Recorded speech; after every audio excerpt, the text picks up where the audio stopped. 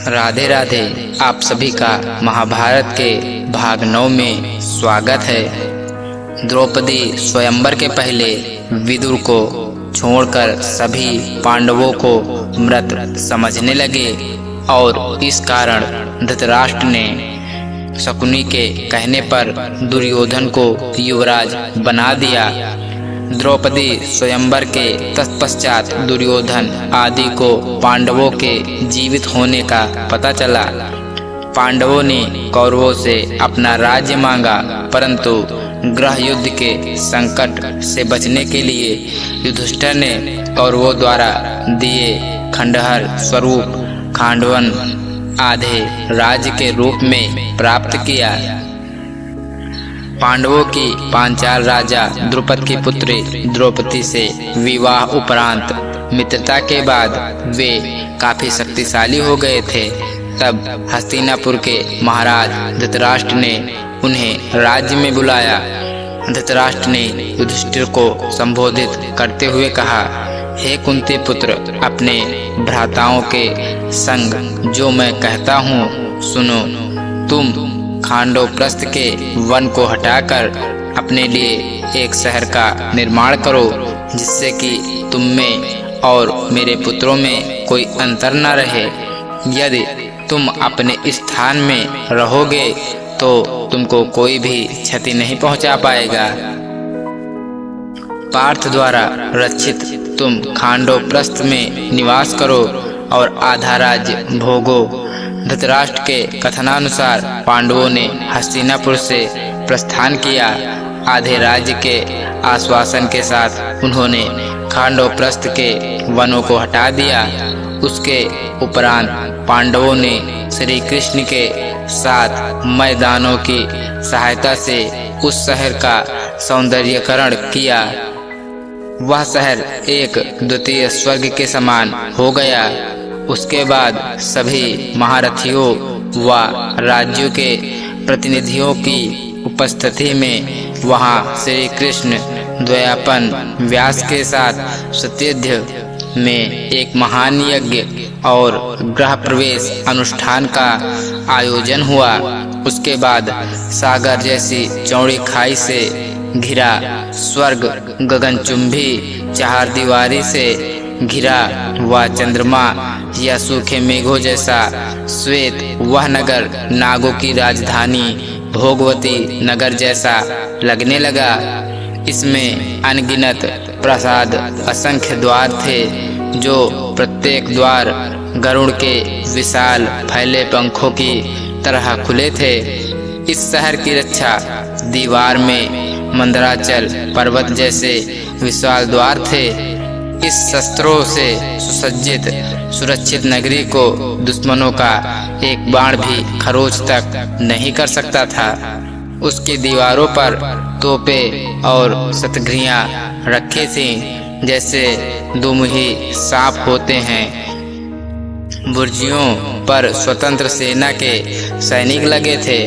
उन दीवारों पर बृहत लौह चक्र भी लगे थे। यहाँ की सड़कें चौड़ी और साफ थी। उन पर दुर्घटना का कोई भय नहीं था। भव्य महल अट्टालिकाओं और प्रासादों से सुसज्जित यह नगरी इंद्र की अमरावती से मुकाबला करती थी। इस कारण से इसे इंद्रप्रस्थ नाम दिया गया था। इस शहर के सर्वश्रेष्ठ भाग में पांडवों का महल स्थित था। इसमें कुबेर के समान खजाना और भंडार थे, इतने वैभव से परिपूर्ण। इसको देखकर दामिनी के समान आंखें चौंधिया जाती थी। जब शहर बसा तो वहां बड़ी संख्या में ब्राह्मण आए, जिसके पास सभी वेद शास्त्र इत्यादि थे।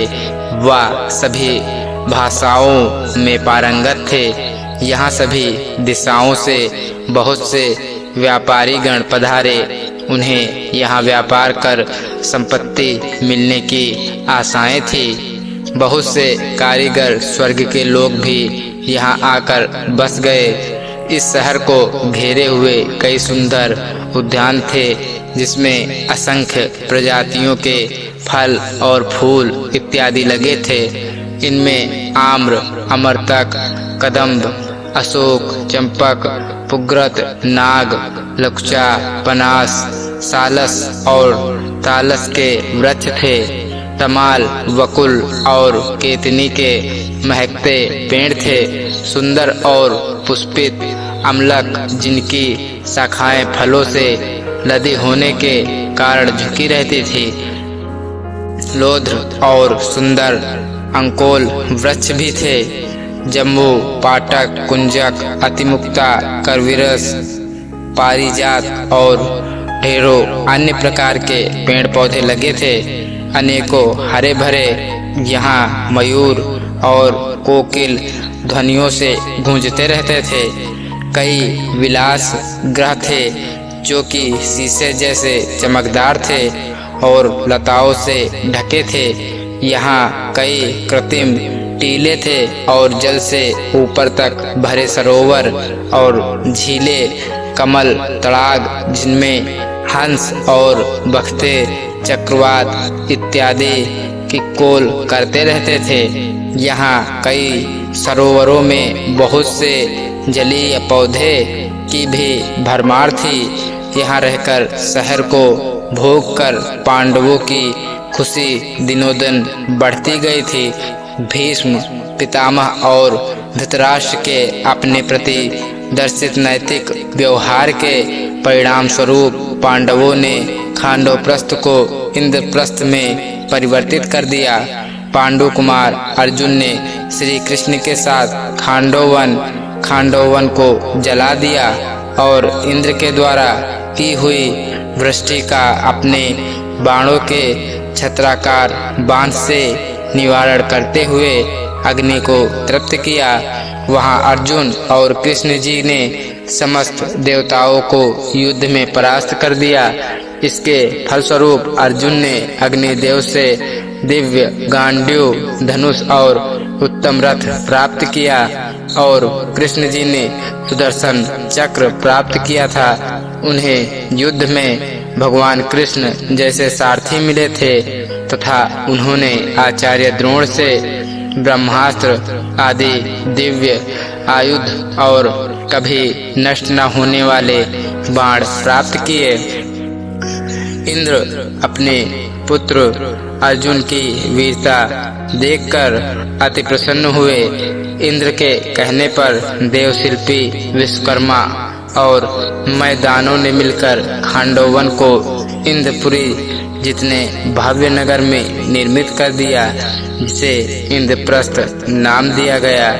दोस्तों, आगे का भाग देखने के लिए हमारे इस चैनल को सब्सक्राइब करें और दूसरा वीडियो का इंतजार करें। राधे राधे।